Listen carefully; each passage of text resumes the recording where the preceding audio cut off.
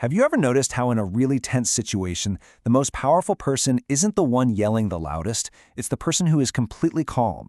So today, we're going to break down the architecture of that unshakable calm, and more importantly, how you can build it for yourself. This quote just nails it, doesn't it? Real influence, whether you're in a high-stakes negotiation or just talking with your family, it comes from composure. You know, when you stay calm, you stay in control. It's a genuine power move. But, and I know you felt this, here's the crazy paradox. You're in a stressful moment, you're telling yourself, okay, just be calm, don't freak out, stay cool, and what happens? Your heart starts pounding even faster. You get more anxious. It's like pouring gasoline on a fire. So what is going on here? Why does trying to force calmness seem to backfire so spectacularly? That's the big question we're going to dig into. To get to the answer, first we've got to bust a huge myth about how calm actually works. And it all starts with a very weird instruction. Whatever you do, do not think of a white bear. So what are you thinking about right now? A white bear, right? Well, a psychologist named Daniel Wegner discovered this weird quirk of our brains. He called it ironic process theory. The moment you tell your brain not to do something, that's all it wants to do. So when you scream at yourself, don't panic, your brain just hears panic and zooms right in. It's a trap. And here's a really crucial piece of the puzzle. Stress isn't actually about the event itself. It's a calculation. It's your brain looking at a situation and deciding the demands here are way bigger than my ability to handle them. The key word is believes. It's a perception. And if it's a perception, that means we can change the math. Which brings us to the core idea of this whole explainer.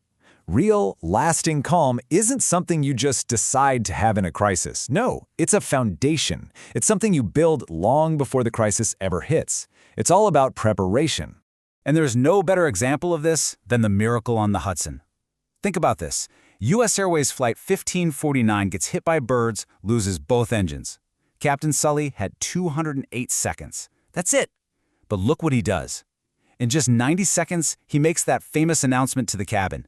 Brace for impact. He was calm, direct, professional. That wasn't an act. That was decades of training and preparation showing up in the most important 208 seconds of his life. And this is the critical lesson from Sully's story. In a crisis, people aren't really listening to your words. They are mirroring your emotional state. A leader who's panicking just creates more panic. But a leader who is composed, who is steady, they stabilize everyone around them. He controlled himself first, then he controlled the plane. That's the sequence. Okay, so how do we build that kind of internal stability? The key is to consciously create 3 spaces in your mind. Think of these as the fundamental pillars in your mental architecture of calm. The first space is probably the most famous thanks to Viktor Frankl. It's the gap between what happens to you, the stimulus, and how you react. Most of us have no gap. Something happens and we instantly react. Creating this space is like hitting a mental pause button. Even just a half-second pause gives you the power to choose your response instead of just letting your instincts run wild. The second space is all about time. See, stress has this nasty habit of compressing time. It makes everything feel like a 5-alarm fire that has to be dealt with right now. This space is about taking a breath and asking yourself, wait a minute, is this actually important or does it just feel urgent because I'm stressed? This stops you from making those terrible, rushed, reactive decisions. Now this third one, this is the toughest one for most of us. It's the space between your identity and the outcome. When our ego gets wrapped up in succeeding, any failure feels like a personal attack. There was a UCLA study that found social rejection literally lights up the same parts of your brain as physical pain. So creating this space is about detaching your self-worth from the result. It frees you up to act without that fear of failure driving you. Of course, building that solid foundation is one thing. But what do you do when the pressure actually hits? Well, Mike Tyson put it perfectly. You can have the best plan in the world, but you still need some tools for the moment you get metaphorically punched in the mouth. So let's fill up that toolkit right now. When you're under fire, you basically need 2 things: a way to reset your body's biology and a simple mental framework to get your best thinking back online. This is the fastest biological circuit breaker you have. It's called the physiological sigh. When we get stressed, our little air sacs in our lungs collapse and CO2 builds up. So a sharp double inhale through the nose, then a long, slow exhale through the mouth that reinflates those air sacs and offloads the CO2.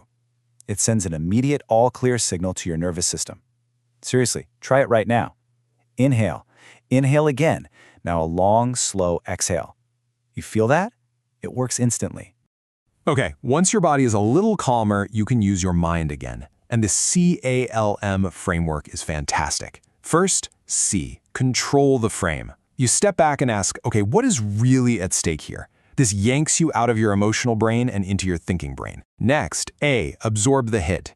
Instead of getting defensive, treat the pressure, maybe a tough question or criticism, as just data. It's information, not a judgment on you. Third, L, lower the stakes. Your lizard brain might be screaming this is life or death, but it's probably not.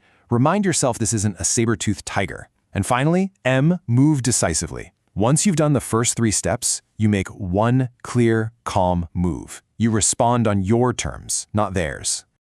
And let's be real, learning how to do this has never been more important. We are all living through these massive, destabilizing storms that are constantly attacking our ability to stay centered. I mean, just look around. On one side, you've got the social media storm, which is basically an engine designed to create rage and anxiety because outrage gets more clicks than calm. And on the other side, you have the AI storm, which is injecting this deep fear and uncertainty into our lives. Both of these forces are working against our composure 24/7. But this is where the pros separate themselves. Think about Warren Buffett back in the 2008 financial crash. Everybody else was panicking, selling everything. Buffett? He was calm. He was disciplined.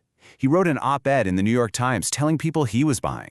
He saw massive opportunity where everyone else saw total catastrophe because his internal foundation was rock solid.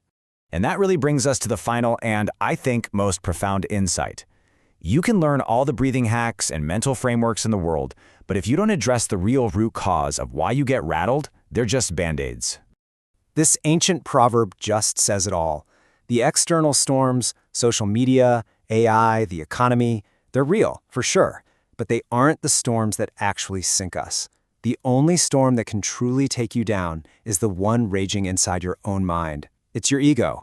So the ultimate question to ask yourself when you feel that pressure mounting isn't how do I get calm? It's this: what am I trying to protect right now? Is it my need to look smart, my fear of being wrong, my desire to be liked? When you can honestly answer that question, you've found the real eye of the storm. And that is the true beginning of unshakable calm.